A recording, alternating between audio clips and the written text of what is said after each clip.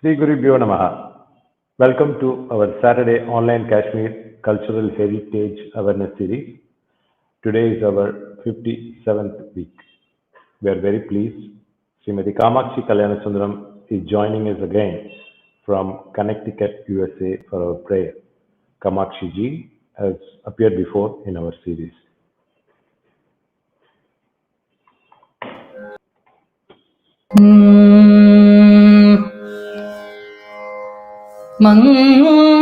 मङ्गलचरणे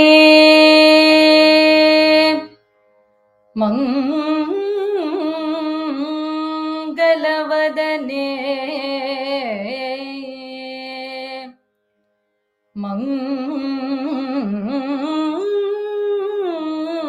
मङ्गलचरणे मङ्गलवदने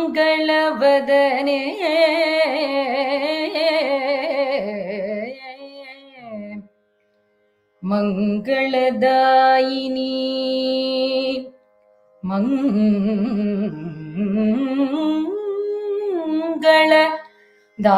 मङ्गलदायिनी कामाक्षी कामाक्षी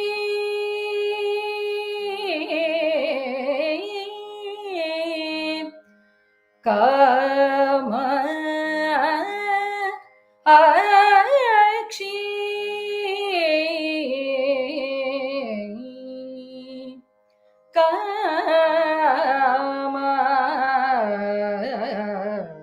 कामाक्षी कामाक्षी मङ्गलदायिनी कामाक्षी गुरुगुहजननी गुरुगुहजननी जननी कुरु कल्याणं कुरु कल्याणं कुञ्जरी जननी कुञ्जरी जननी कुञ्जरी जननी Kamakshi Kamakshi Kamakshi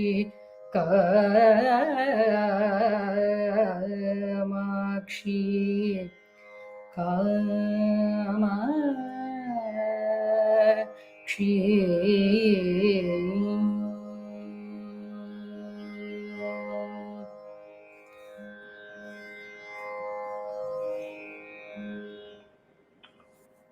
Thank you, Kamakshi ji, for appearing in our series. Viewers, you can watch her. Yes, she has a YouTube channel, Jakati Kriti, right? That's the name. Yes. Yeah, Jagati To Kriti. listen, you can listen to more of her Carnatic renderings. As always, we would like to have you and your students joining in our series in the near future too. Sure. Thank you. Thank you. We thank Kanchi Mud for our ongoing Kashmir initiatives. Offer our namaskaram to His Holiness Sri Shankar Vijayendra Saraswati Swamigal.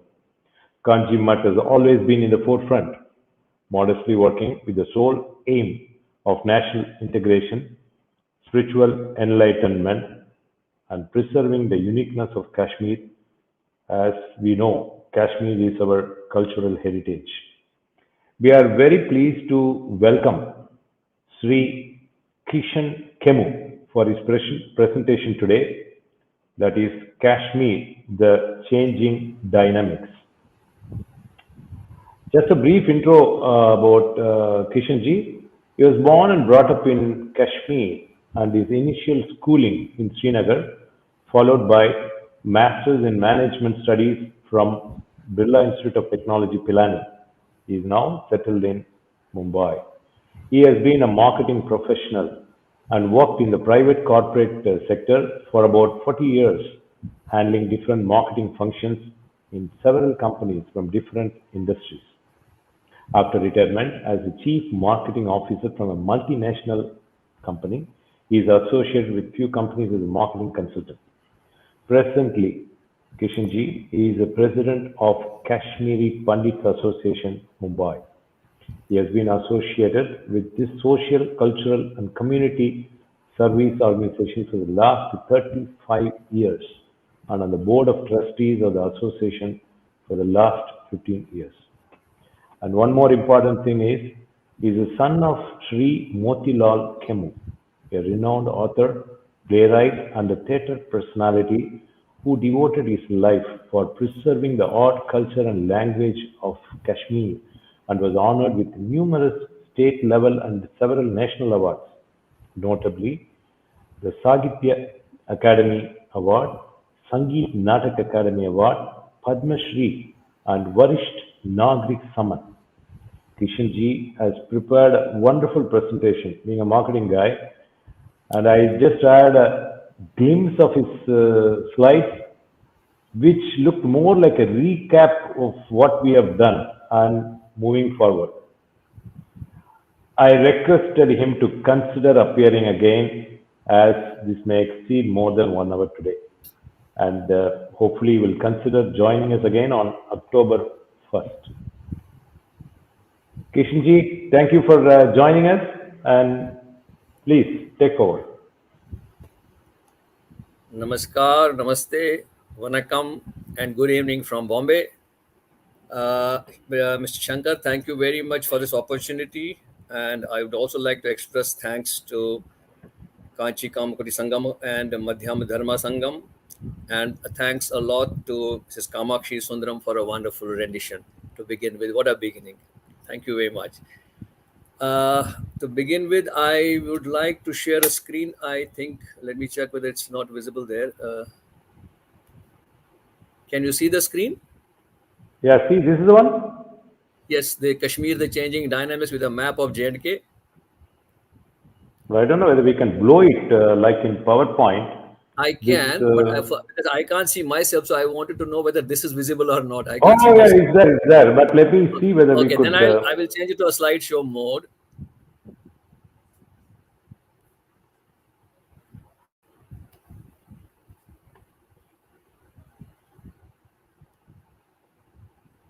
Is it okay? Can you hear me? Hello? Yes, yeah, I can hear you. I am behind the screen. Can you hear me? We can hear you. Please go ahead. Okay, fine. Then let's start. I think let me begin with this map of Kashmir. The topic is Kashmir, the changing dynamics, and this is a map of J&K. On the right, what you see is a map what was when it became a part of India in 1947 after the British rule. There are three distinct divisions: Ladakh, Jammu, and Kashmir. On the right, you see the current status. You see the portion on the left, which is Pakistan occupied Kashmir, in short known as POK. On the right, in the reddish color, is Aksai Chin, which was the area ceded to China in the 62 war. And on top, you see that shaded portion, which is an area which Pakistan has ceded to China. So there is a bit of a truncation in the geography of J&K. Well, the one more point to note is that J&K, as we know, consisted of three distinct geographical locations: Ladakh, Jammu, and Kashmir. Distinct in many ways because even the population-wise, Ladakh was mostly a Buddhist-dominated area. Jammu has been a population-wise a Hindu-dominated area, and Kashmir has been a Muslim-dominated area after 14th century. Politically, the power has always remained in the Kashmir.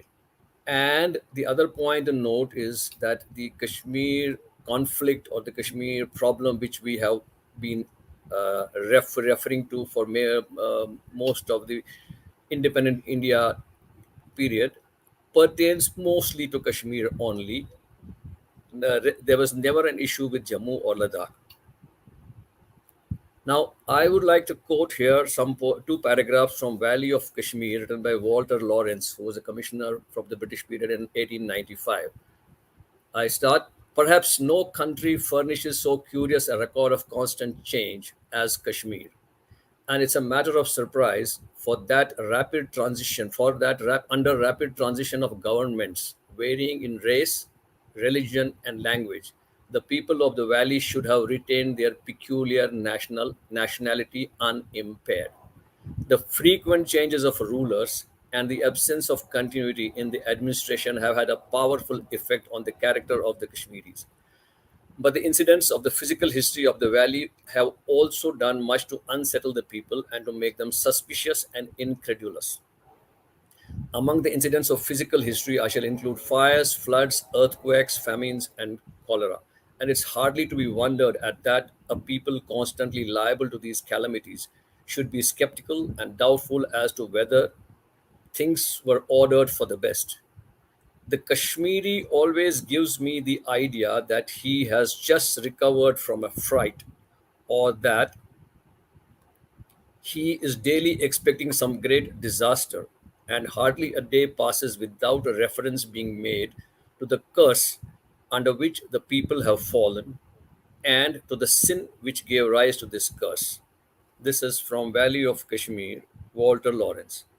Now, basically, focuses on two aspects: the rules and of governance, along with the race, religion, and language, which kept changing, and the physical aspects about the calamities which the Kashmir faced from time to time.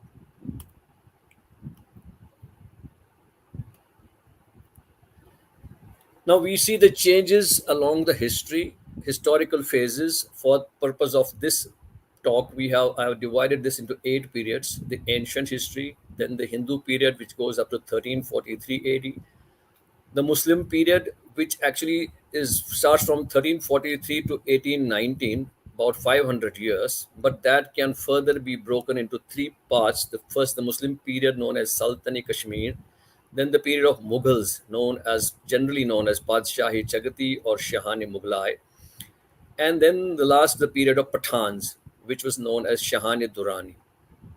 This was followed by the Sikh rule and Dogra rule. I have clubbed them in as one heading.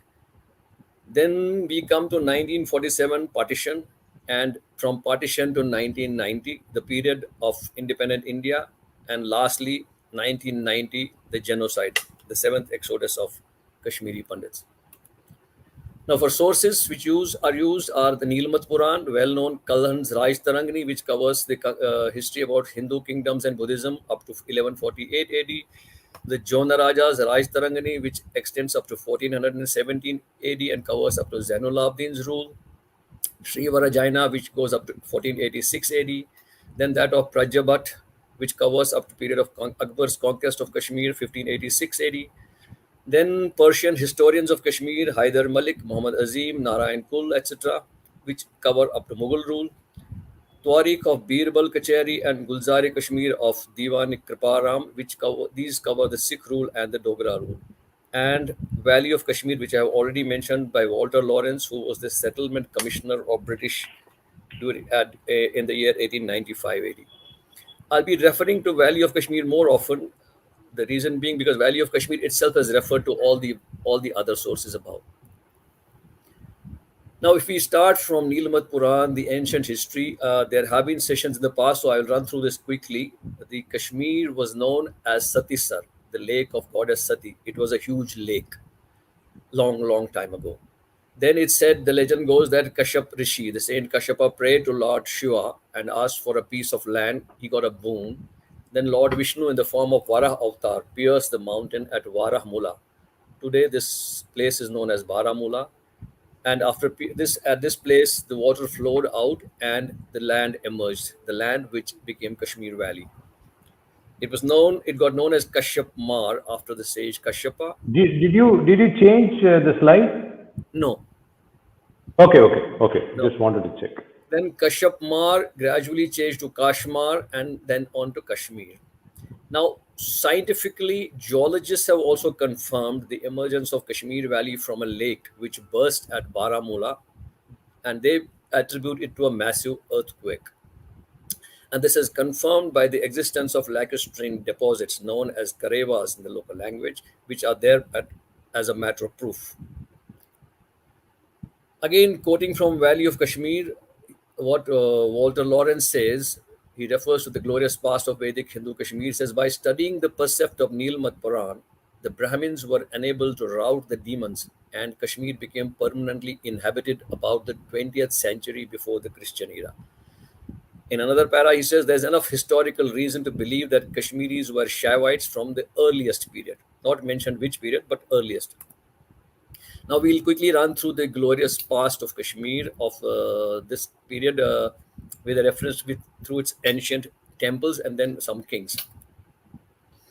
The first temple that comes to mind is that of Hari Parbat. You can see the pictures of the hill on the right, and there is a fort on top, and just before the fort there is a temple, and the second picture is that of the temple. It's known as Sharika Peeth because of the temple of goddess Sharika. The legend goes that goddess Sharika Devi killed the demon Jalodbhav, who after the lake was drained out, there was a giant who lived there, the demon known Jalodbhav. He wouldn't let people settle down. Then No, we are still seeing only the map. Oh, that means the slide is not moving. Yes, that's why I was wondering. Okay, Still, I think that there's a problem with sharing of the slide because this thing shows. Let me stop sharing and start again. Let me just try. Can you give me a minute? yes, sure. I It think was I just will showing stop the sharing. same. I will. It's not. Okay, let me share. I think you have to keep moving in that screen also while sharing. Moving. Let me just check. You have to go to that Can you window and can you change. can you see the screen now? 1 second. Sources. Yes, this is okay. Okay. Now if I move it, just let me know if it's moving. Yes, now okay. It's ancient history legend, Neelamat Okay. Purana. This is what I have already covered. Yeah. Yes, Okay. Now then I won't go to the full screen. I'll move like this only, because then we can correct. confirm. Okay. This is Yes, the okay. glorious Glorious past. fact. This is what I have just read out, and then we come to this picture. This is what I was talking Hari about. Parbat. Okay. You can see Hari Parbat now, right? Yes. Now Okay. you are talking about the temple. Now we could see that. Yes. Yes, the temple known as Chakreshwara. Often it's said that the goddess Sharika, when this Jalod Ba wouldn't let people settle there, so then people prayed to goddess Sharika Devi. On the prayers of the devotees, Sharika Devi appeared in the form of a her. Her is a bird in Kashmiri. The common name is Maina in Hindi. So the bird dropped a pebble on the demon Jalodbhav from above. On reaching this demon, this pebble would become large and large enough as a hill. And the demon got killed under this hill. So the name of the hill became Hari Parvat. And that's how it's called Hari Parvat. The mother goddess resides here as Sharika Devi, also known as Tripura Sundari. Now, what inside the temple, there she resides in the form of a Swayambhu Sri Chakra, also called Mahayantra. This mystic chakra is engraved on the holy Shila, a rock that is smeared with sindoor. You can see the picture of the rock on the right, and below that there is the description of this chakra. And Sharika Devi also is the Ishta Devi for a large number of Kashmiris. There are 3 Sharika Devis, 1. Another point about Hari Parbat is this: since Sharika Devi is the presiding deity of Kashmir, she is considered as a Siddha. It's considered as a Siddha Pita, Shakti Pita as well, and the temple is surrounded by 8 Bhairav temples. Therefore, it's known as Ashtabhairav. The Ashtabhairav temples that surround the temple of goddess Sharika Devi are named as Anandeshwara Bhairav, Tushkaraj Bhairav, Mangaleshwara Bhairav, Puran Raj Bhairav, Bahukeshwara Bhairav, Hatkeshwara Bhairav, and Vetal Raj Bhairav, and Sheetalnath Bhairav. Now, these were the city of Srinagar was divided into 8 wards, and each of these wards under the protection of one of these 8 Bhairavas. The reference of Hari Parbat you will also find in many times as Kohimaran. Now, this was part of the drive when they were changed. They had changed the names of many places into Islamic names. So, in the Google or in many places, you also, if you search for Kohimaran, you will get the same thing as Hari Parbat.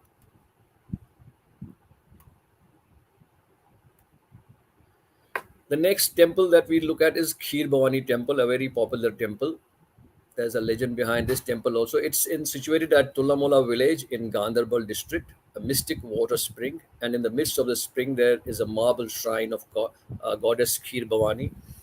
The legend goes that Mother Kheer Bhavani appeared to Ravana due to his devotion, but later on, due to his vicious acts, she requested Lord Hanuman to take her to Satisar, which is Kashmir. Goddess Kheer Bhavani is also known as Maharagya. The mystic water spring that is there in the Kheer Bhavani has its own importance. It keeps changing its colors occasionally. And she is also the presiding deity or Ishta Devi for a large number of Kashmiri Pandits. Shankaracharya Hill is known as Shankaracharya Hill, and on top there is a temple of Shiva temple, very ancient temple. A brief about this temple, it said that King Gopaditya in the 370 BC of Gona, the dynasty, named this hill as Gopadri Hill. The authorities seem to agree that the first religious edifice on this commanding site was built by Jaloka, who was the son of great Buddhist convert Samrat Ashoka, about 200 BC. But Jaloka had reverted back to Shaivism. Thereafter, the temple was subsequently rebuilt and dedicated to Jeteshwara, a title of Mahadeva, by Raja Gopiditya, who reigned in from AD 253 to 328 AD. The present name to the hill was after Adi Shankara, who is said to have visited in the 9th century and meditated at top of the hill. The original Shivlingam was destroyed by Sultan Sikandar Butshikan, but later repaired by Maharaja Ranjit Singh during Sikh rule and during the Dogra rule. The references to Shankaracharya you'll also find in the name of Takhte Suleiman. Again, like Kohimaran for Hari Barbat, Takhte Suleiman was the name given to this hill. We move on to Martand Sun Temple, a very grand temple dedicated to sun god, also known as the pride of Kashmir of its time. The foundation stone is said to have been laid somewhere between 370 and 500 AD. It was partly constructed during the period of King Ranaditya, but completed by King Lalitaditya. The outer walls are 90 yards, width 56 and 84 columns. This is what lies there today in ruins. The temple was broken down. An artistic impression of how it might have been. Then we move on to Amarnath Cave, another place of devotion which has been there since more than 5,000 years.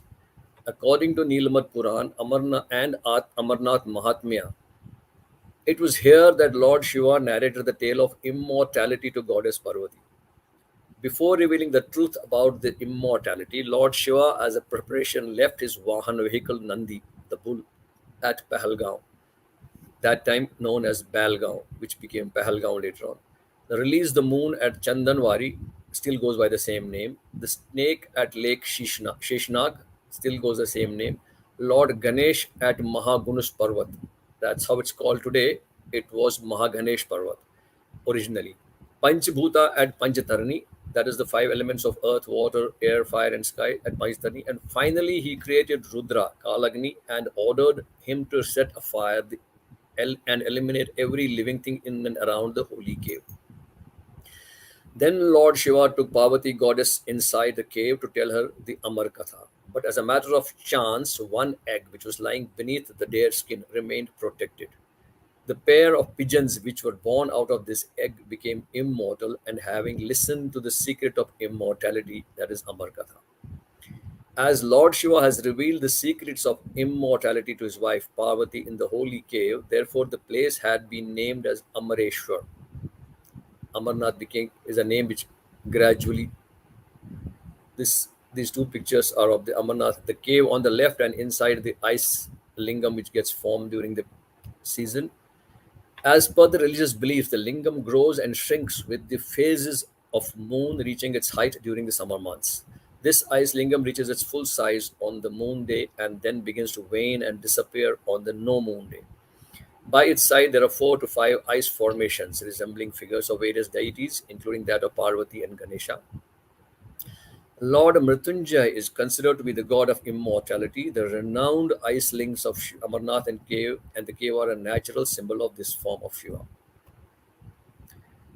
We touch upon Sharda Peeth, a ruined Hindu temple, and an ancient center of learning located in the present Pakistan occupied Kashmir. It was between 6th and 12th century that it was a very prominent temple and a university in the Indian subcontinent, known in particular for its library. The stories recount scholars traveling long distances to access its texts. It played a key role in the development popularization of the Sharda script in North India, and as a result of which Kashmir used to be referred as the Sharda Desh. As one of the Mahashakti Pithas, it's believed that it represents the spiritual location of goddess Sati's fallen right hand. Sharda Peeth used to be one of the three holiest sites of pilgrimage for Kashmiri Pandits, alongside Marthan Sun Temple and the Amarnath Temple. A picture of the ruins of Sharda Peeth in the Pakistan occupied Kashmir as they are today, you see on the right. Today, the location is about 150 kilometers from Muzaffarabad, which is the capital of POK, and about 130 kilometers from Srinagar. It's about 10 kilometers away from the line of control. Then, situated about 1980 meters above sea level along the Neelam River in the village Sharda, near valley of Mount Harmukh, which is believed to be Mount Harmukh is believed by Kashmiri Pandits to be the abode of Shiva. Again, Sharda Peeth, historically probably commissioned by Lalitaditya Muktapeeth somewhere between 724 and 760, though no definitive evidence exists in that favor. One doesn't know for sure, but that is what is assumed to be. Al-Biruni recorded the place for the first time as a revered shrine. By the 8th century, the temple was a site of pilgrimage, attracting devotees from as far as the present Bengal. By 11th century, it was among the most revered places of worship in the Indian subcontinent, described in Al-Biruni's Chronicles of India. Significantly, it featured not in his description of Kashmir, but in his list of most famous Hindu temples in the Indian subcontinent. Its earliest mention in the Nilmat Puran is there in the 11th century poet Bilhana describes both the spiritual and academic elements of Sharda Peeth. He describes Kashmir as a patron of learning and Sharda Peeth as the source of that reputation. In the 14th century text Madhvya Shankara Vijayam, there is a text unique to Sharda Peeth known as the Sarvijnana Peetham, or throne of omniscience. There were 4 thrones, each representing an entrance of the temple corresponding to one of the points of the compass, which only a learned man from that direction could symbolically open. It's said that the southern gate was still closed, and it was only during Adi Shankara's visit, which he being from South India, he took it upon himself to pass this challenge and open the southern entrance.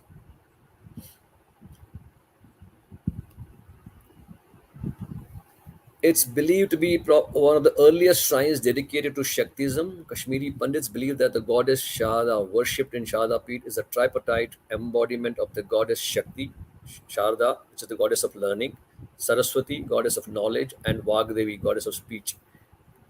Though the site may be older, the archaeologists are of the opinion that the Marthan temple, the Sharda Peeth, both may have been built about 1500 years ago and destroyed about 700 years ago by Sikandar Butchikan, who used brute force to establish Islam in Kashmir. On the right, you see a picture of Sharda Peeth, an old one taken by the writer archaeologist Oral Stein. The next in this temples would be a place. There's a place called Avantipura, which was the capital of its founder, King Avanti Varman, whose reign was there from 854 to 883 AD. He erected 2 magnificent temples, one dedicated to Lord Vishnu called Avanti Swamin, and the other to Lord Shiva called Avantishwara. These temples witnessed mass destruction during medieval times and were reduced to ruins. I again quote a paragraph from Walter Lawrence. He describes about this destruction of Avantipur temple. And he also quotes another source from Trebek. Most of the Kashmirian temples are more or less injured, but more particularly those at Avantipura, which are mere heaps of ruins. Speaking of these temples, Trebek has said that it's scarcely possible to imagine that the state of ruin to which they have been reduced has been the work of time or even of men, as their solidity is fully equal to that of the most massive monuments of Egypt.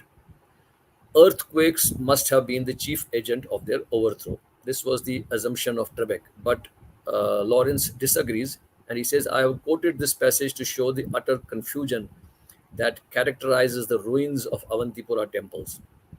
In my opinion, their overthrow is too complete to have been the result of an earthquake, which would have simply prostrated the buildings in large masses. But the whole of the superstructure of these temples is now lying in one confused heap of stones, totally disjoint from one another. I believe, therefore, and I am fully justified in saying from my own experience that such a complete and disruptive overturn could only have been possibly achieved by gunpowder. And then in this description, he gives a link of how perhaps this Sikandar Buchikan may have got access to gunpowder. This is ruins of Avantipura temples. There is a place called Bhumzu at the mouth of Lidar Valley and easily reached from Anantnag. These caves, there are cave temples there. These caves are situated on the left bank of Lidar River, about a mile north of village Bhavan, the largest being dedicated to Kaladeva. The cave temple stands at the far end of a natural but artificially enlarged fissure in the limestone cliff. There is no record or tradition as to the time of the erection of these temples, but you see lingams and temples here and there and broken structures. Some of the pictures are there. Dates perhaps from the first or second century of the Christian era. Then close by is another cave of still greater extent but no architectural accessories. At the foot of the cave, there are two temples which have been converted into Muslim ziyarats. The larger of the two is named as the Ziyarat of Baba Bandin Sahib, a disciple of famous Muslim saint of Kashmir, Sheikh Nuruddin. Both are to a considerable extent copies of the cave temple Bhumzu. Then Pandrechan is another place which lies on the Srinagar Anantnag road and is easily reached from Srinagar, erected during the reign of King Partha, who governed Kashmir from 921 AD to 931, by his Prime Minister Meru, who dedicated it to Mahadeva under the title of Meru Vardhan Swami.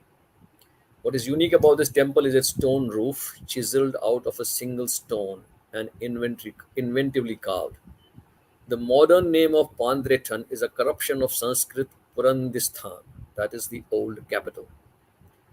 Currently, this temple, the picture is a recent one, and in the complex of this temple, again you see various uh, ruins of lingams lying here and there. It's again part of a destruction which happened in the 13th, 14th century in that period. See the ruins of another temple, Patan. Patan lies on the Srinagar Baramulla road, about halfway between these places. It was King Shankar Varman who succeeded Avanti Varman and reigned. His reign was from 883 to 901 AD. In conjunction with his queen Sugandha, he dedicated to Mahadeva under the title of Shankar Gauresa and Sugandheshwara two temples at his new capital, Shankarpura. This town is identified with, now called Patan.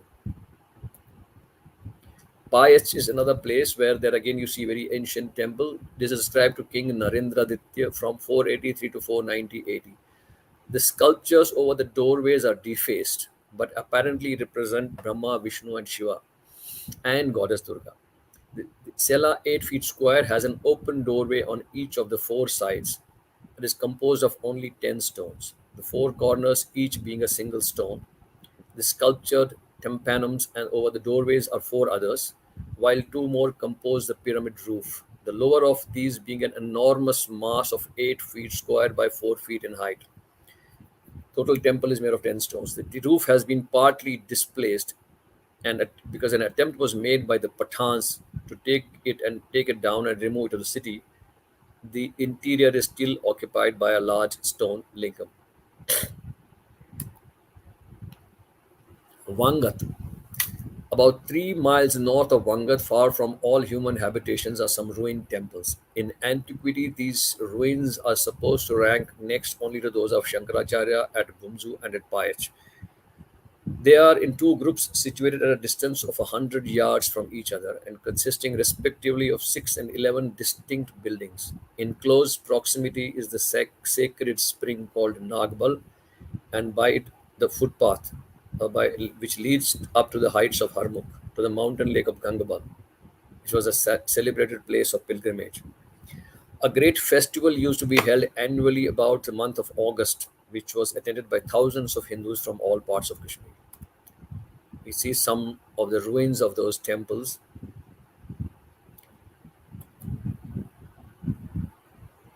disfigured, even some carvings still there, broken, damaged lingams, and the structure in ruins. The Jwalaji temple at Crew is a Jwalamukhi temple, again a Hindu shrine in the town of Crew in Pulwama district of Jammu and Kashmir. This was once an active volcano. The temple is dedicated to the deity Jwalaji. Again, she is also a Kul Devi of the many Kashmiri Hindu families. Three Kul Devis I have mentioned, two earlier, this is the third one. According to the historian Kalhana, who refers to this village Crew in Rajtarangani as Khaduvi, and writes of 360 freshwater springs being present there, a mystical diagram was drawn on the rock Sri Chakra. As per Tawrikh Hassan, occasional flames used to spark from this temple from time to time. We will now look at some Hindu kingdoms and kings of Kashmir from Raj Tarangani of Kalhana.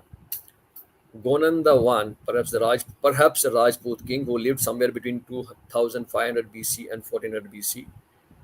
Then he says there's enough historical reason to believe Kashmiris were Shaivites from the earliest period. Buddhism seems to have been there coexisting with Hinduism. Ashoka, between 268 and 232 BC, was the man who followed Buddhism. He is well known even in Kashmir history. His son Jaloka reverted to worship of Shiva.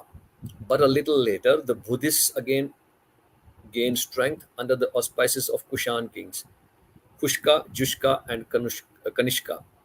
And each of them is credited with the foundation of a town after their respective names, Hashkapura, Jishkapura, and Kanishkapura. The Kushan kings also built many temples and vihars, Buddhist temples and vihars.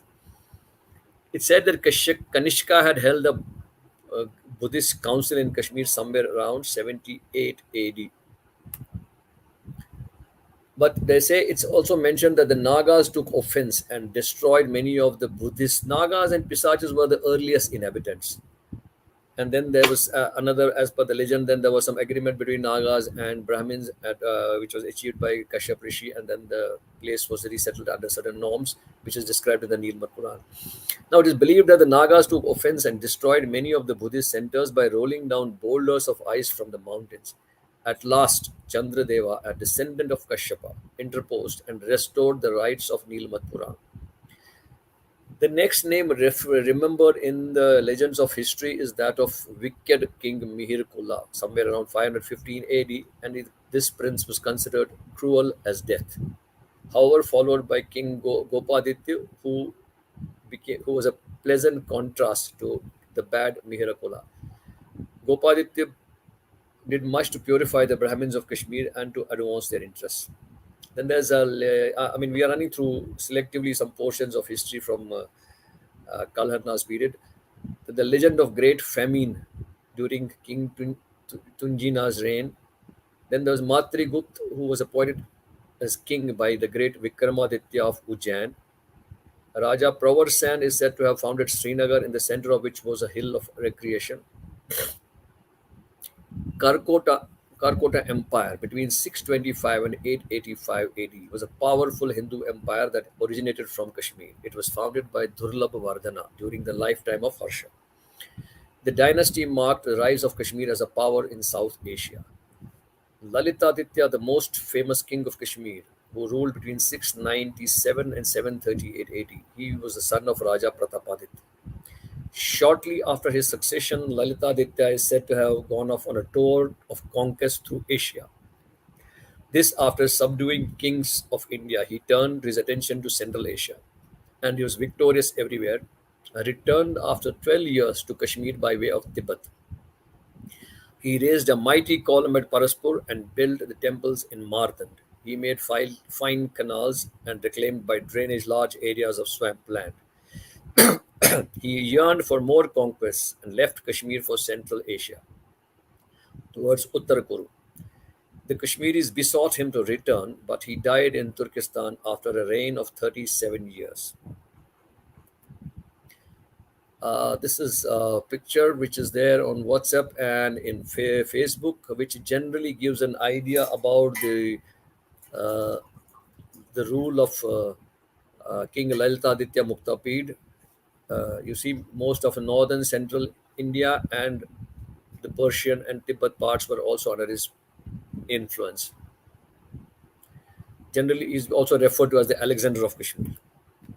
We continue with the Hindu history. Avanti Varman ascended the throne of Kashmir in 855 AD, and thus it was a change of dynasty from Karkota to Utpal dynasty.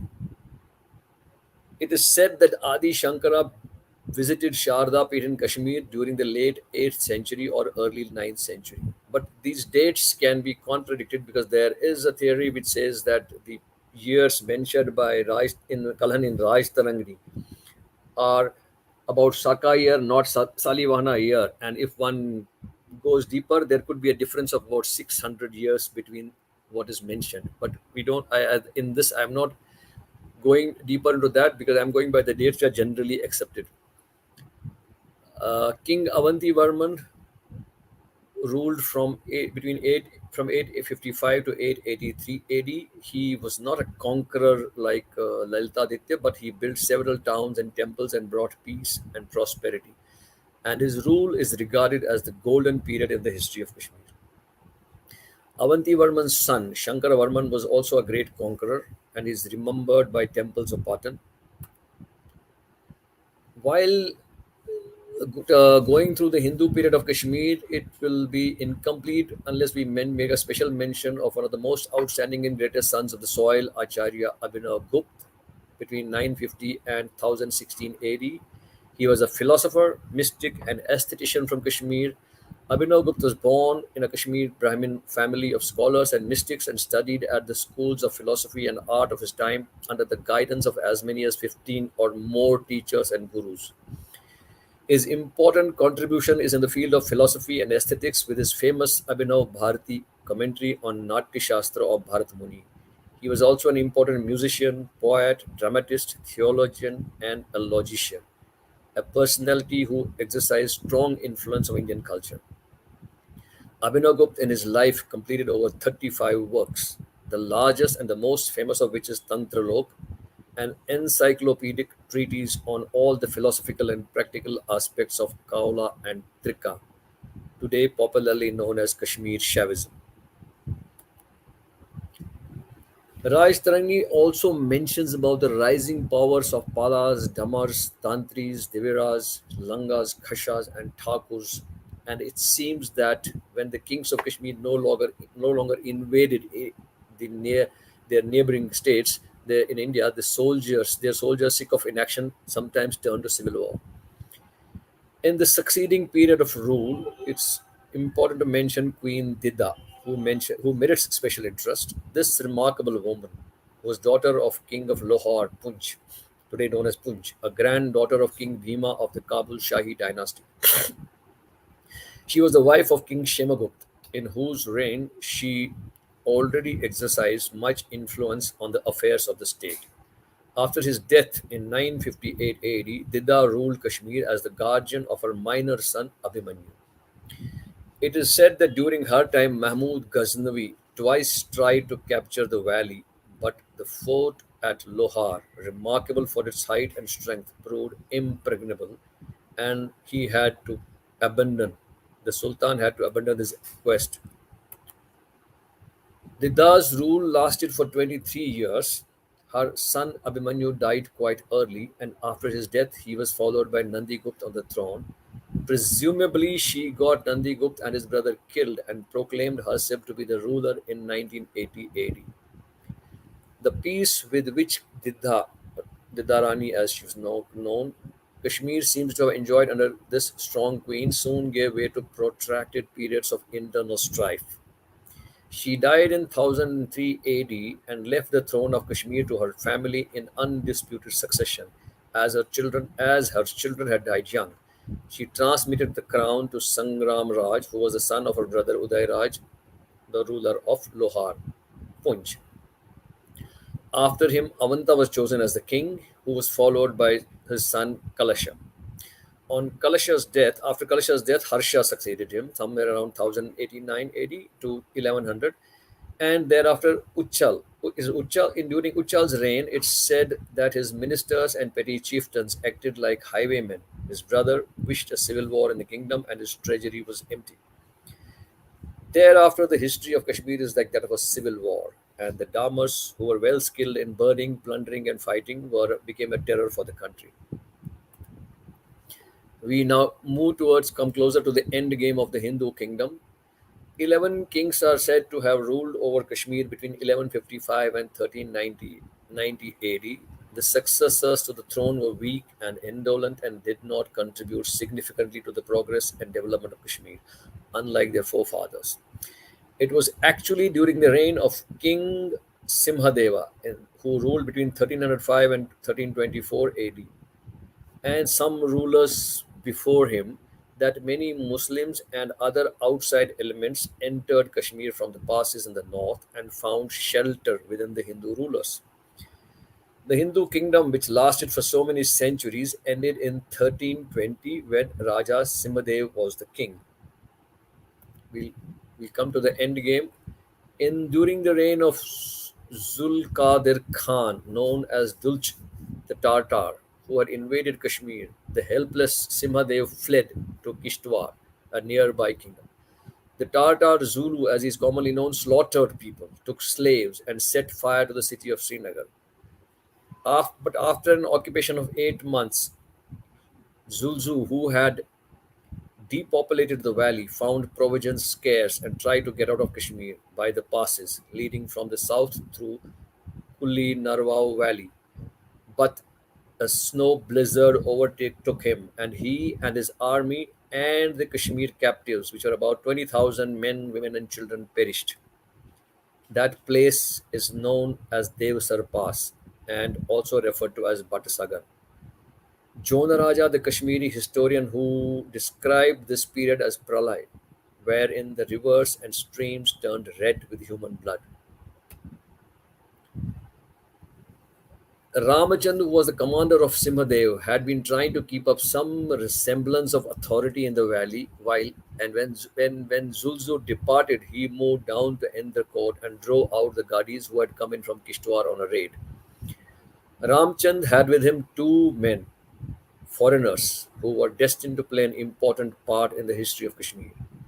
One was Shah Mirza from Swat Valley, at whose birth it had been prophesied that he would become the king of Kashmir. And the other was Rinchen Shah, who was a prince from Tibet and who had quarreled with his father and come as an adventurer to the valley. But Rinchen Shah was the one who broke away with Ramchand and, with the assistance of mercenaries from Tibet, attacked and killed him. And then he married Kotarani, Ramchand's daughter, and proclaimed himself to the king in 1323 AD. Sorry, I'm just. One morning, Rinchen saw Bulbul Shah at his prayers, and he admired that form of devotion, and he decided to convert to Islam and took the name Sadruddin. He built Jama Masjid and a great shrine for Bulbul Shah, which still exists in the name of Bulbul Lankar. After a short reign of 2.5 years, Rinchen Shah, the first of the Muslim kings, died. At this juncture, Udyan Dev, who was brother of Simhadev, reappeared on the scene and married Kotarani, the widow of Rinchen Shah. But Urvan, a Turkey, then invaded Kashmir, and Udyan Dev, who like his brother was lacking in courage, fled, but his wife collected an army and sent it under the command of Shah Mirza, who we have earlier mentioned as from Swat Valley, against the foe. His Urvan, Turkey was defeated, and Udyan Dev returned and ruled for 15 years. On his death, Kotarani assumed power, but wielded it only for 50 days. 50 days. as Shah Mirza, or Shahmir as he is usually known, declared himself the king in 1343 AD. And in order to consolidate his power, Shah Mir proposed marriage to Kotarani, but she is said to have committed suicide. And this is how the Hindu rule ended, and we come to the Muslim rule, which began in 1943 AD and is known as Sultanate Kashmir. Shah Mir became the king of Kashmir under the name Shamsuddin and was the first of the Sultanate Kashmir rulers. Subsequently, during the rule of Sultan Qutbuddin, about 700 Sayyids and a large number of Sufi saints and Islamic scholars, accompanied by Ali Hamdan, came to Kashmir from Persia and Central Asia.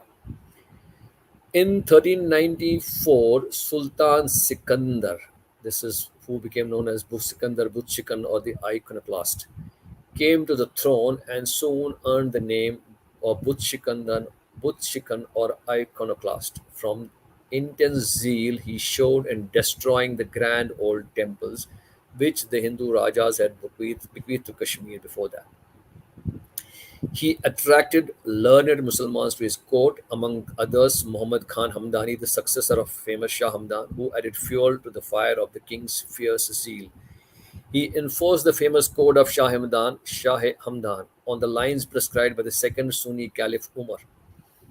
Hindu temples were felled to the ground, and for 1 year a large establishment was maintained for the demolition of the Grand Marthan temple. The massive masonry resisted all efforts, and finally fire was applied, and noble buildings were cruelly defaced.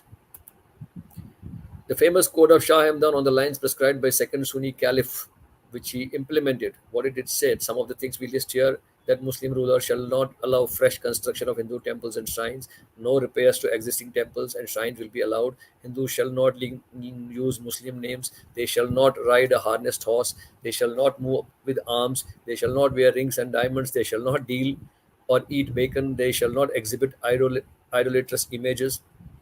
They shall not build houses in the neighborhood of Muslims. They cannot dispose of their dead near graveyards, nor weep or wail over their dead. They shall not deal in or buy Muslim slaves. No Muslim traveler shall be refused lodging in a Hindu temple and shrine, where he shall be treated as a guest for 3 days by non-Muslims. No Muslim shall act as a spy in the Muslim state. No problem shall be created for those non-Muslims who on their own will show their readiness for Islam. Non-Muslims shall honor Muslims and shall leave their assembly whenever the Muslims enter the premises. The dress of non-Muslims shall be different from that of Muslims to distinguish themselves. There was a certain method in the mad zeal of Sikandar, for he used the plinths and friezes of old temples for embankments of the city and for the foundation of Jama Masjid. He offered three choices: death, conversion, or exile. In Kashmir, you will find Kashmiri language, Raliu, Chaliu, or Galiu. These are the three words which were again used in 1990. And these are the three words you must have also seen used in the movie The Kashmir Files: death, conversion, or exile. So, as a result, many people fled, many were converted, and many were killed. And it is said that this thorough monarch burned about 7 mounds. A mound is approximately about 40 kgs. 7 mounds of sacred threads of the murdered Brahmins, which means 7 mounds would be about 280 kgs of thread. After murdering the Brahmins, that much of thread was burned.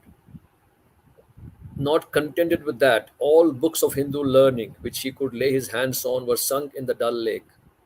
And Sikandar flattered himself that he had eradicated Hinduism from the valley. It was during the time of Sikandar Butchikan, iconoclast, that the first exodus of Hindus from Kashmir Valley happened.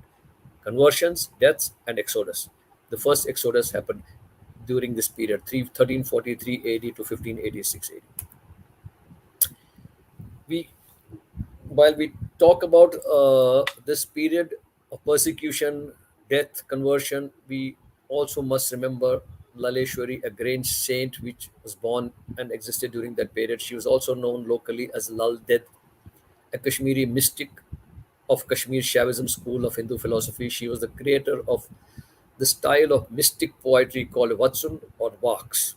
Her verses are the earliest compositions in the Kashmiri language are and an important part in the history of modern literature, Kashmiri literature.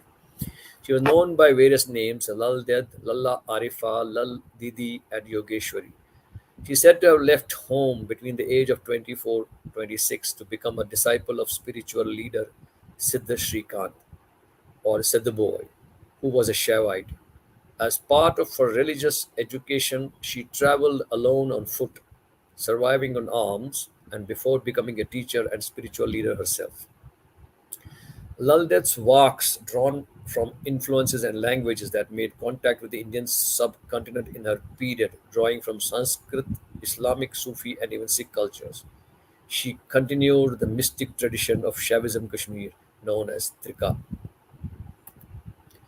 We also talk a bit about the Kashmir, which has been traditionally known as Rishwar because of the Rishi order which prevails there, which prevailed. There was a spirit of spirituality which existed throughout Kashmir.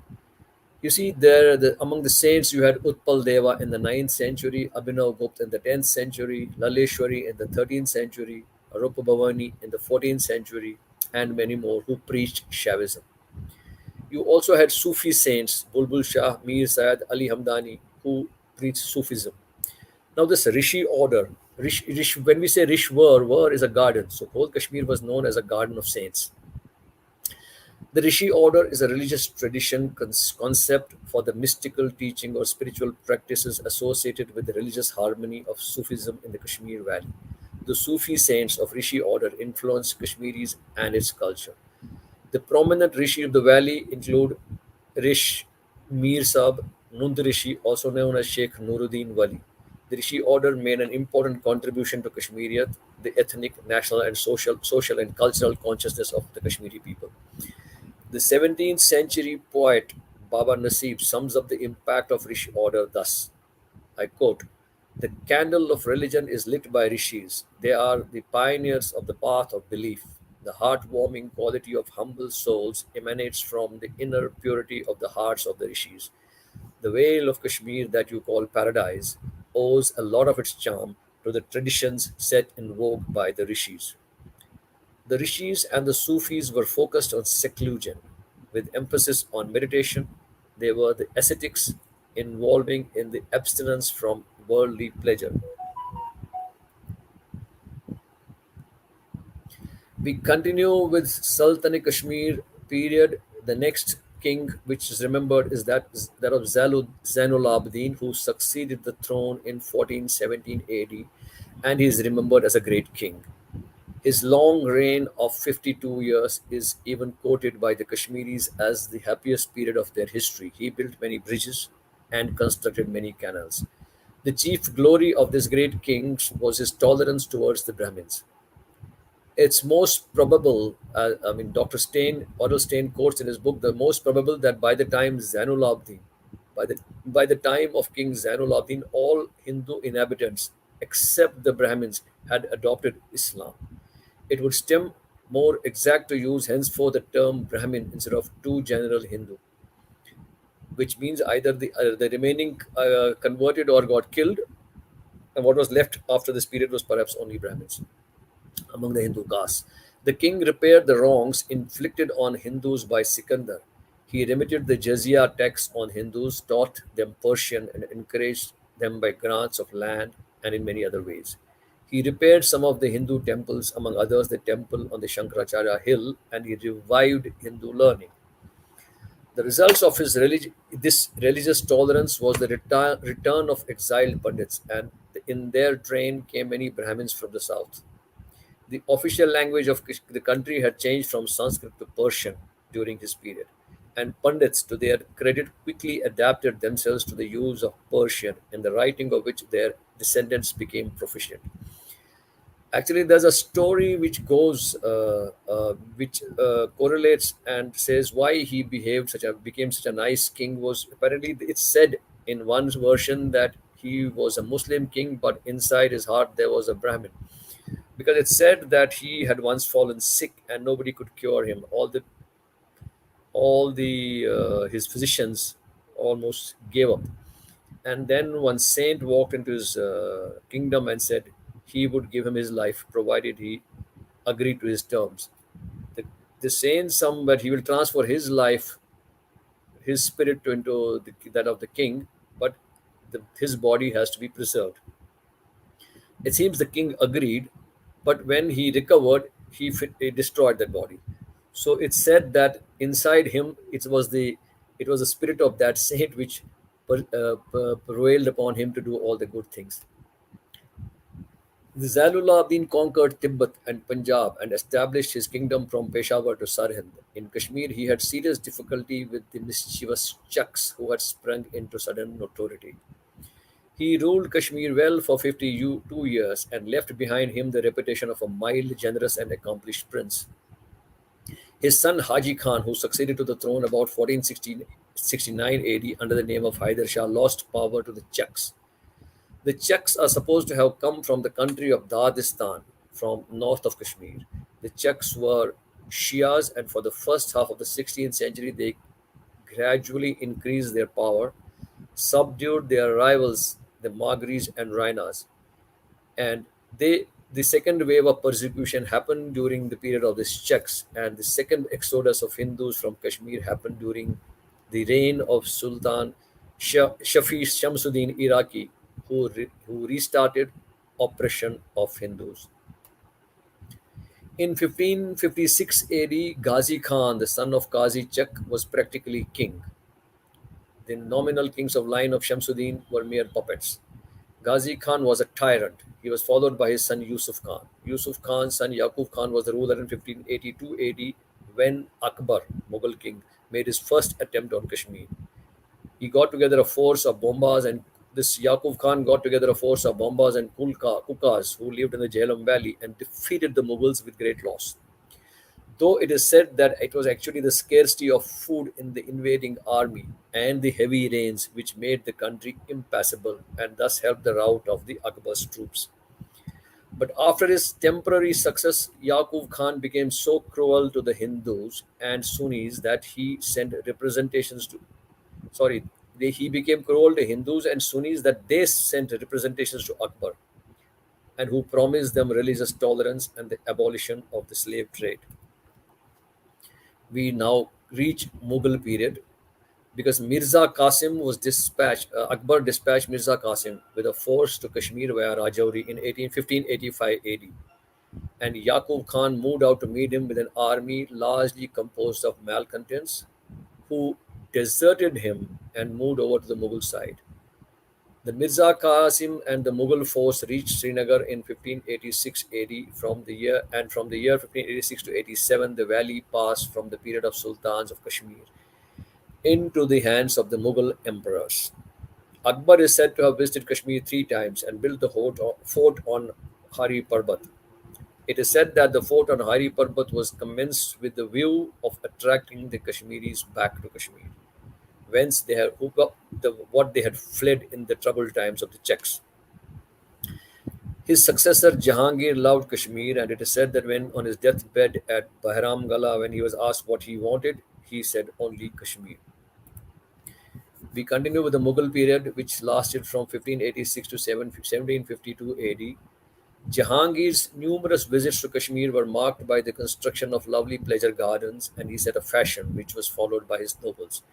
At one time, it is said that there were 777 gardens in the vicinity of Dal Lake. And during Mughal rule, Kashmir was administered through subhas. On the whole, it would appear that the rule of Mughal emperors was fairly just and enlightened, and their laws and ordinances were excellent in spirit. Ittikhad Khan, one of the Jahangir subhas, was a cruel ruler, but he was energetic for he finally crushed the Chucks. The Emperor Shah Jahan, who was also a great builder of pleasure palaces, built, but he was fortunate in his subhas, Zafar Khan and Ali Mardan, who are remembered with affection as kind and just rulers. Zafar Khan is said to have abolished many of the severe taxes which had been imposed by Ittikhad Khan. We come to the end of Mughal rule. The name Aurangzeb is detested by Brahmins of Kashmir for his deeds of persecution. He visited the valley only once, but his fierce zeal against the Hindu unbelievers, as they were called, made itself felt in Kashmir. And it was during his rule, during the rule of Aurangzeb, during Mughal period, that a third exodus is said to have happened. Third exodus of Hindus is said to have happened from Kashmir. As the Mughal Empire began to decay, the Subas became independent and high handed, and in the reign of the Emperor Muhammad Shah, the Hindus were greatly oppressed by Abdul Ghani and Mullah Sharifuddin. Kalashpura, a Hindu ward of the city, was set on fire, and the Hindus were forbidden to wear turbans. The Subas fought among themselves, and Kashmir fell into a wild disorder. Then during the year 1752 to 1754, during this period, 54 AD, Kashmir became subject of Pathan rule, which was the cruelest and the worst of all. Now, quickly, if we look back, again, I quote from Valley of Kashmir by Walter.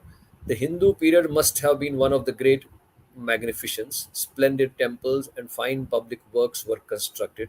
The ruins show that Kashmir in those days were endowed with noble buildings, while potsherds of ancient cities on the Karevas and elsewhere suggest that the valley must have been very thickly populated.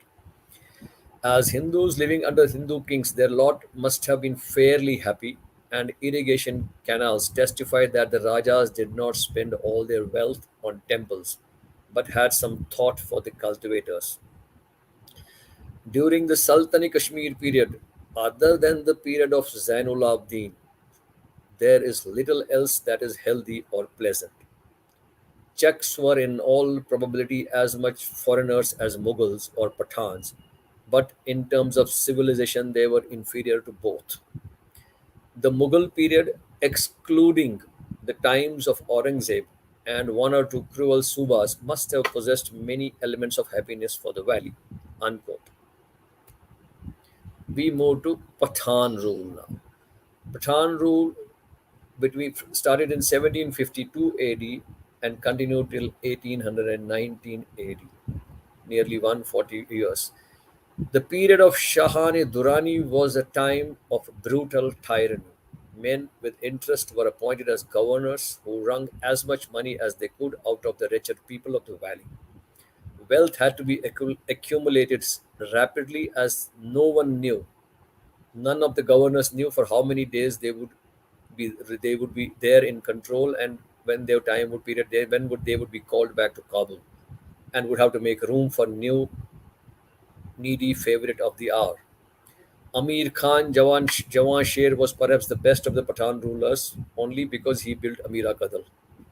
The other Pathan rulers are remembered only for their brutality and cruelty, and it is said of them that they thought no more of cutting off heads than of plucking a flower.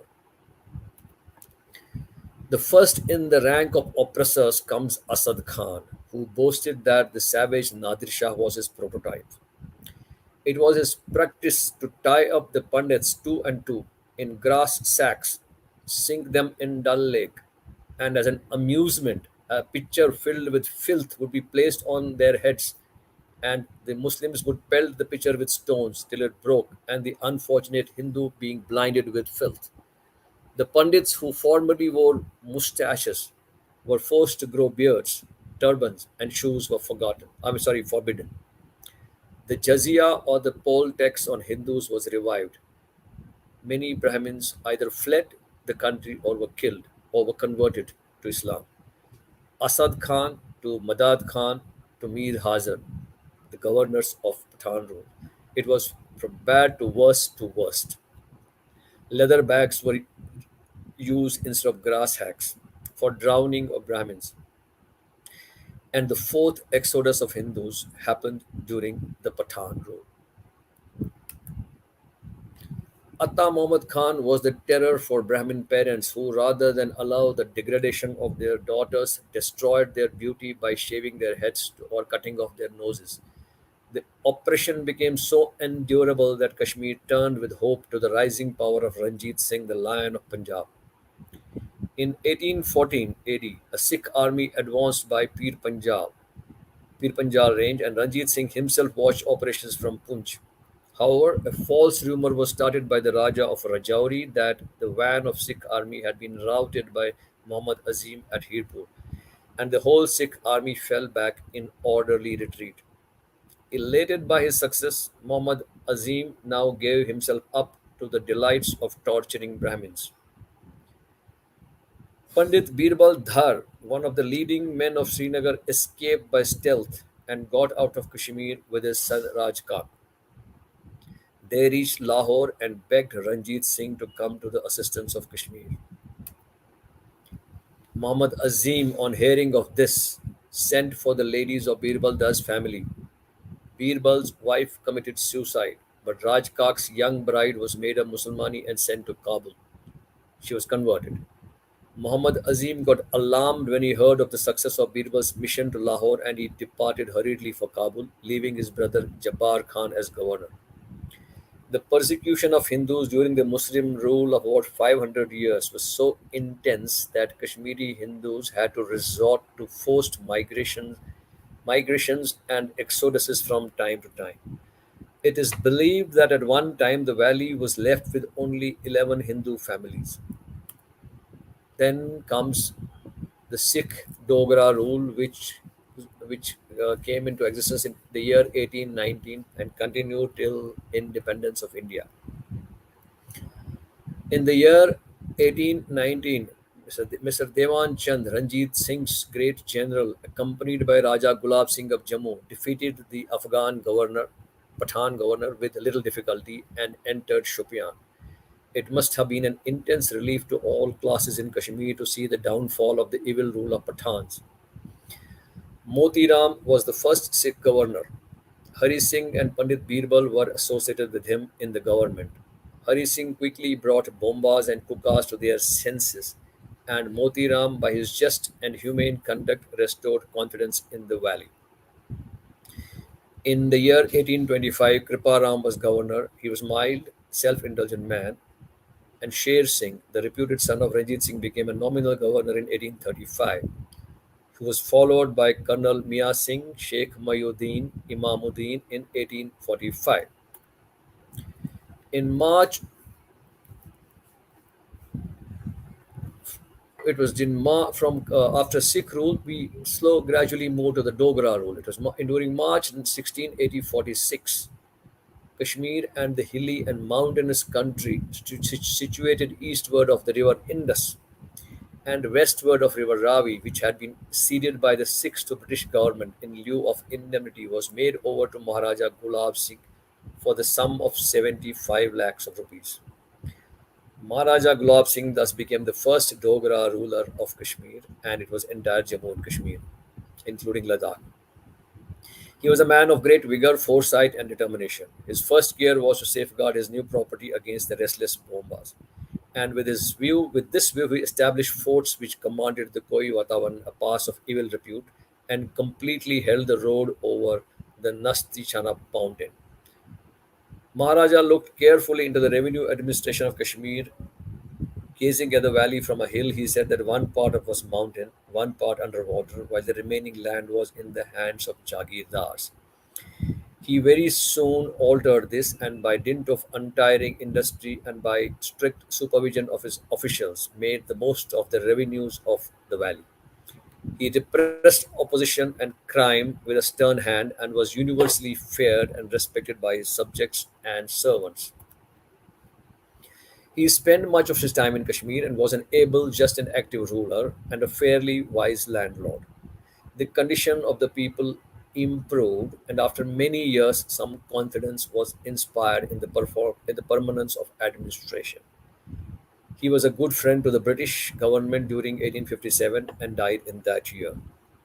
He was succeeded by Maharaja Ranbir Singh, who was a model Hindu prince devoted to his religion and to Sanskrit learning, kind and tolerant to the Muslims of the valley. Maharaja Ranbir Singh made great efforts to introduce new staples into Kashmir, and money was freely spent on sericulture, wines, and winemaking and hops. The latter part of Maharaja Ranbir Singh's life was darkened by the occurrence of ghastly famine in 1877, and it was from a disease that which he could never recover. In September 1885, he was succeeded by his eldest son, Maharaja Pratap Singh. And like his father, he was devoted to this religion and he had done much to change and improve the position of his subjects. Anarchy and constant warfare, which had preceded the Sikh rule, were succeeded by complete peace. And most important incident of the Dogra administration was the completion of the cart road connecting India to Baramulla.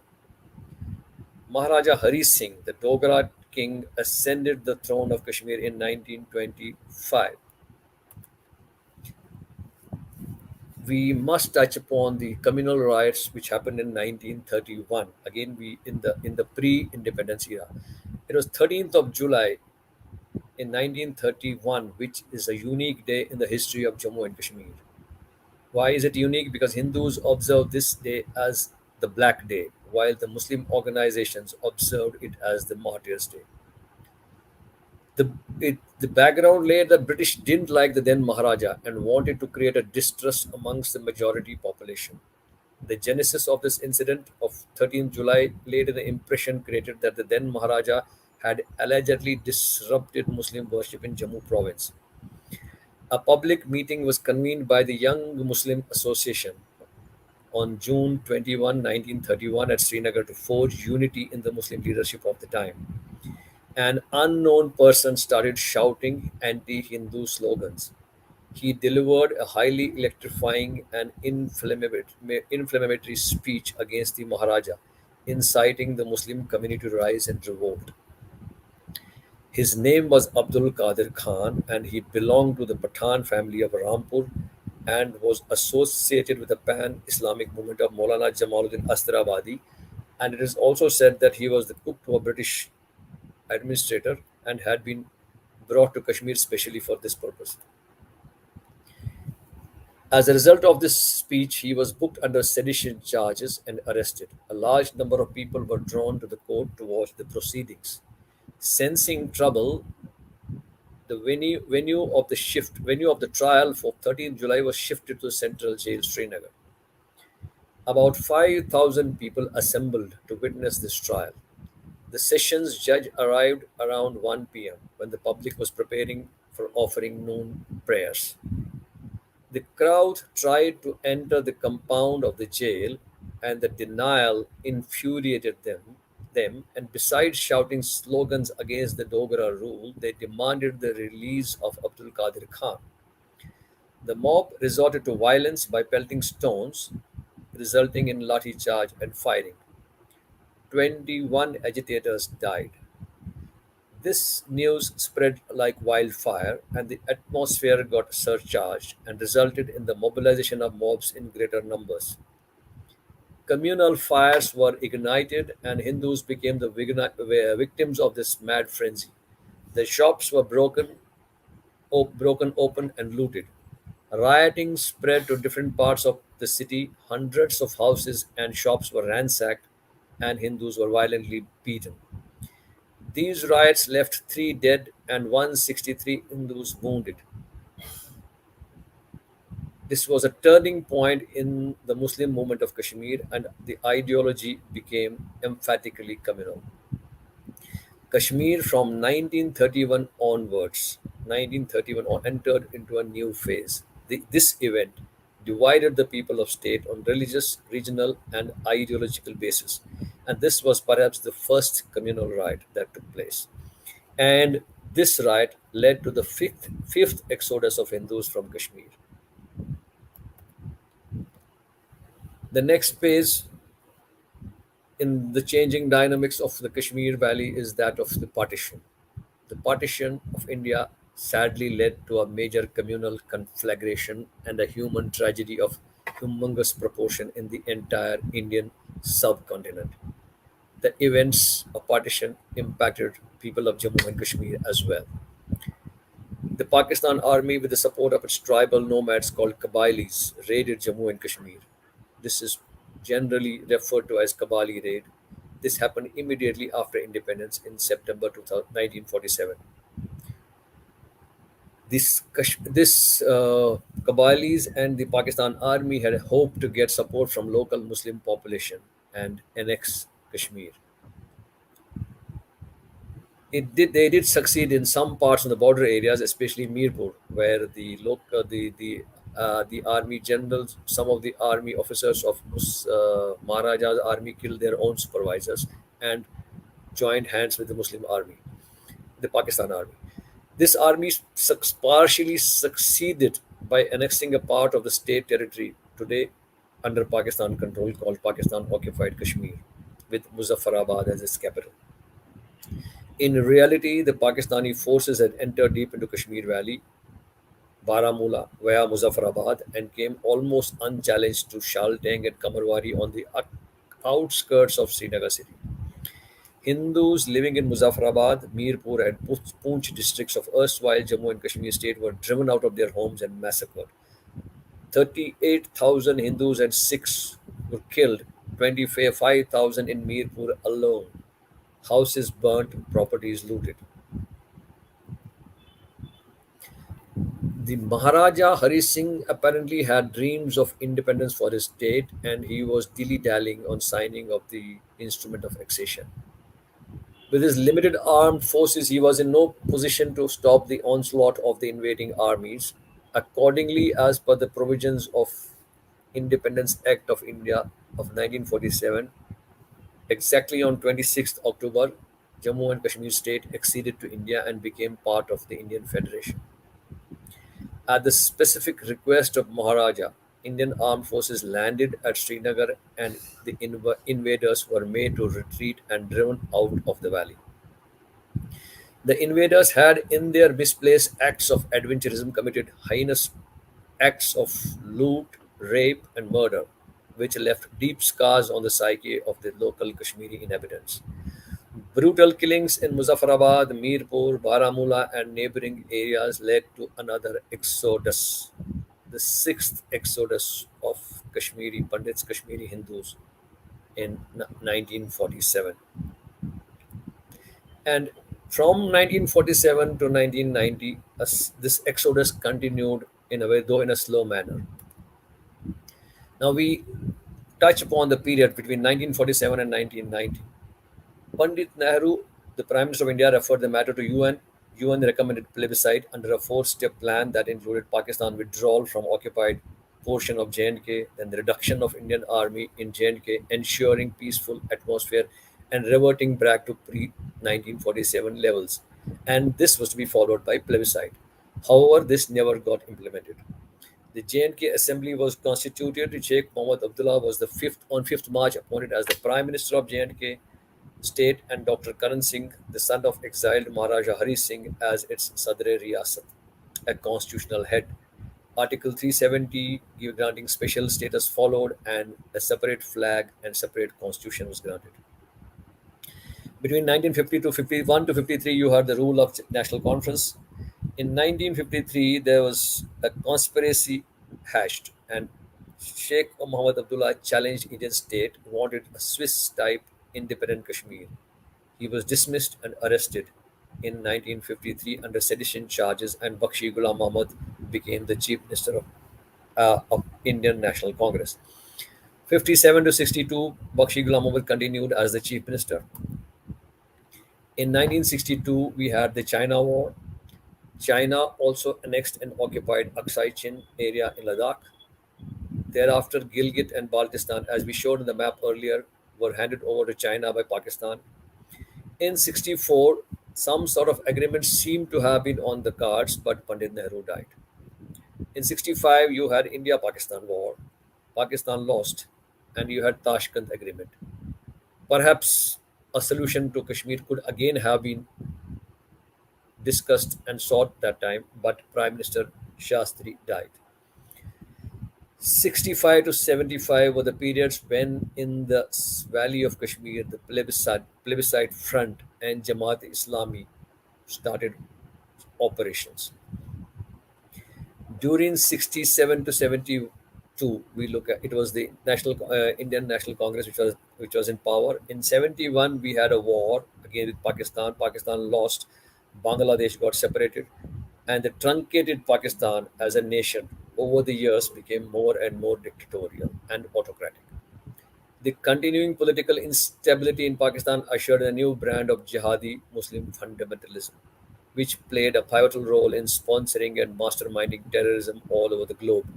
Kashmir was a specific target. In 1972, we had Shimla Agreement, and Kashmir J&K was declared a bilateral issue. 72 to 75, again you had Indian National Congress, but in 75 there was Indira Gandhi and Sheikh Abdullah Accord, where it was decided that there will be no more plebiscite, and Sheikh Abdullah became the chief minister. During 77 elections, National Conference won, and Sheikh Mohammed Abdullah continued to be the chief minister. It was 1977. There were some differences between the Chief Minister Sheikh Abdullah and Prime Minister Indira Gandhi, and Sheikh started communalization and Islamization. The first of such things was the Land Resettlement Bill, which was projected as a socialistic step, but indirectly the Hindus were marginalized. They were given no compensation for their land, and the beneficiaries by far were the cadres of the National Conference. Now, if we move to the 1980s, you notice there were Sunni Shia riots and killings in Pakistan, and these continued by both the groups. One was funded by the Saudi Arabia, and the other was funded from Iran. When we move to 80s, we notice a steady Islamization of Pakistan by Ziaul Haq. The Islamic parties, the Jamaat Islami, which had till then a very little political role, got very active in the political role during the Ziaul Haq rule. And you see, in 1947, there were just 136 madrasas in Pakistan. These grew to 30,000 by 2012, and they were mostly Deobandi schools on Wahhabi monarchy, and these led to the gradual breeding of terrorists. Again, it was during these 80s, the Harkatul Jihad Islami, Harkatul Mujahideen, these started operations in Pakistan and focused on Afghanistan. The funding was from Saudi Arabia and ISI that time, ISI Pakistan. Again, I repeat, the Kashmir problem that was generally referred to did not relate to the whole of Jammu and Kashmir state. It was essentially a Kashmir Valley-centric problem. Kashmir Muslim dominated the valley. Jammu was a Hindu majority province. Ladakh was a Buddhist majority province, and they had no problems. The problem remained within the Kashmir. The data, what I have quoted earlier about Pakistan is sourced from a book, Pakistan's Drift into Extremism, Allah, the Army, and the America's War on Terror by Hassan Abbas, a Pakistani citizen. We continue with the pre-1999. It was 1982. Sheikh Mohammed Abdullah died, and Farooq Abdullah became the chief minister. In 1984, the Congress Party and GM Shah Accord came into place, and Farooq Abdullah was replaced by GM Shah, who ruled between 84 and 86.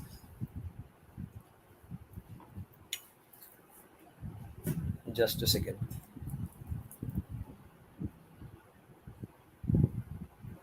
You think we will continue next one? We are close to 1.5 hours now. Okay, I think there are about 15 slides left. So no, you can. I think we can finish it now. Not much is left for the second session. Oh, I thought we could discuss more about future plans. Yeah, because now it's more of it's a recent past, so not much discussion required there. So we can move fast. I guess it should not be more than 15 minutes. It's 8:30 now. What do you suggest? We will shift it to the next one because okay. It's okay. Then we can have some. We can also have some discussions. Yeah, sure. Some points that you. I'll stop here and then we will continue in the next session. Okay. So we will start from 1990, pre-1990. Yes. Which is your slide 87. No, you packed so much history, and it's very interesting, really. I watched all those slides, and actually, I wanted to ask you. You mentioned about codes somewhere. Sorry, Code, code which of code? conduct. That was the code of conduct of the Caliph, which was It during sounds like yes, those codes are still in existence today. not exactly. See, it was enforced that time, and I wouldn't say because currently it's in some form, some parts get implemented, but not in the true code as it was during that time. Because that time, what the rule was alien. It was a foreign rule. The invaders were ruling, and they wanted to force. They wanted to complete. I mean, if you remember, that king proclaimed that he has finished Hinduism from Kashmir Valley, and this was part of his agenda. And then you talked about, I think somewhere it mentioned about no repairs. I think that also Yes, continues that's today. also in the No code. repairs When to temples. anything, yes, it was also in the code that anything which was any temple which was destroyed, no repair was allowed. That continues. That continued because no, then the archaeological there currently there are attempts to repair, create some because I remember seeing boards put by the archaeological department that they are going to repair this Avanti Varman. But then I was told, I mean, I had visited Kashmir in May, so I was told they had started the work, but because of COVID, they had to stop again. So there is a board put up there that they are going to repair it and create some kind of And if you see the destruction, there is a pattern, the way they destroyed all these places. there. Yes, the pattern is there is definitely a pattern was not just about destroying temples, it was destroying the faith, destroying idols, then destroying temples, then forcing conversion and changing the appearance. Even people were forced to grow beards. Then, I mean, in the code, you will also see your Muslims are allowed to enter your temples, but you cannot ask them to go. You have to leave. So those kind of things and destroying the books, texts. You see, all the books, scriptures were destroyed in the Dal Lake. Even the Martan, there was supposed to be I mean, sorry, Sharda Pit, there was supposed to be a university. Where is all that? Nothing. In fact, almost the entire culture was destroyed. Now you mentioned about the different names, the old name and the new name. Now, if you go to POK, those old names would have been gone completely, right?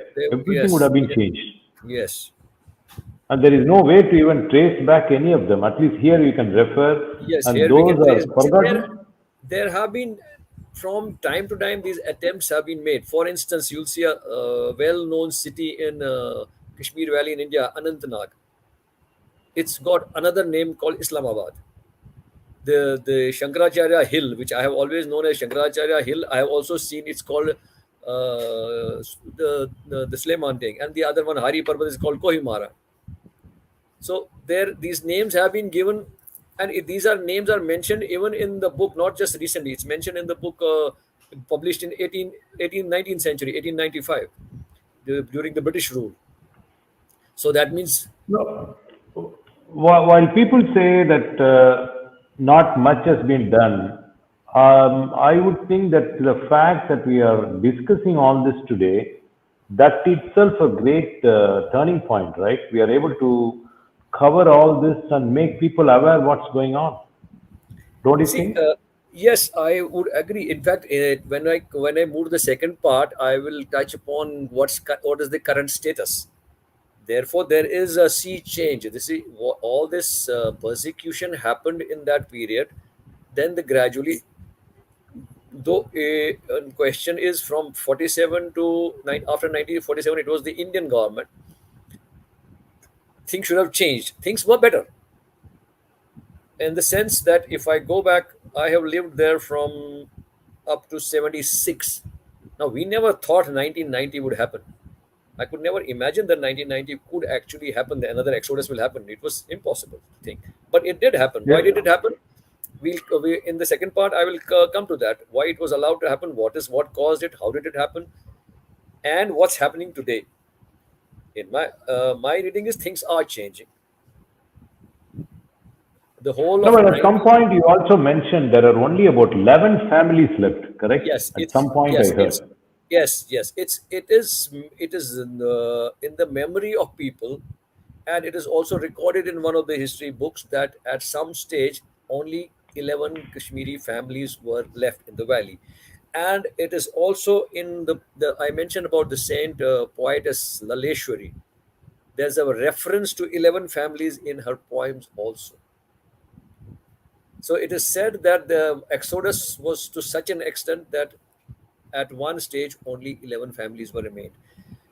Now, if we go back to 1990 and the period 1990 to 2000 or 2005, when this terrorism was its peak and glory, that time also the number of Kashmiri Pandits in the valley reduced to as low as 5,000. And even if today, if you ask me, I don't think it's more than 12,000. My guess is the number today living in Kashmir, under including about 5-6,000 which are under Prime Minister's package, those who are have no choice but they are under government jobs. The total number must be in the range of 10 to 12,000. And if No, I but look it's at interesting that we keep just discussing one more second, and more. if I go back to this book of Valley of Kashmir, which is written in 1895, he there is a population statistics there.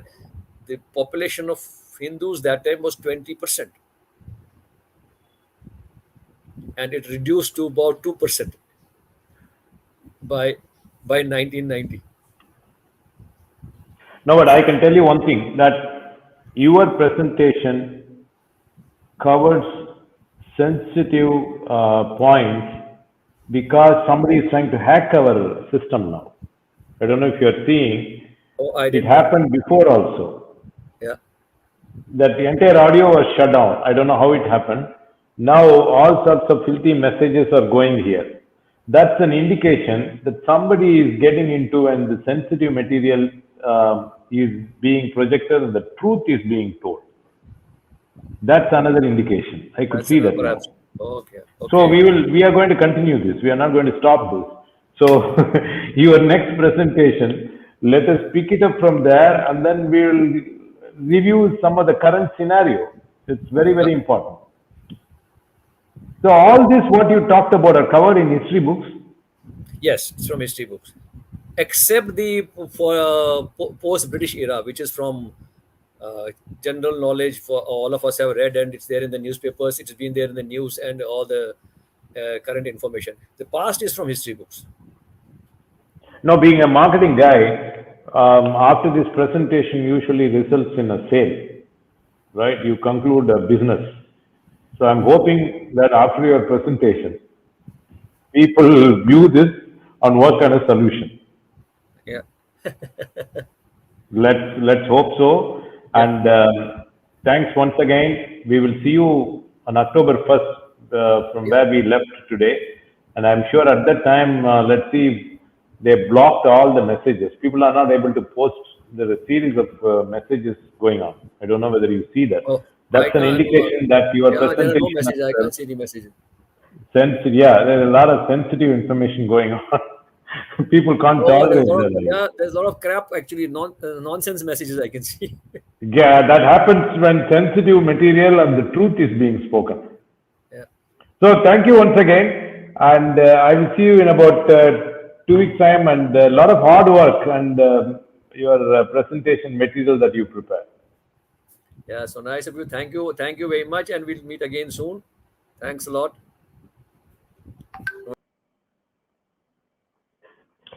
Thank you, viewers. As always, we find that messages like this, what you see on the screen, keeps coming whenever we talk of sensitive information, obviously the truth. But we will continue to talk about that as these are very, very important facts that we should be aware of.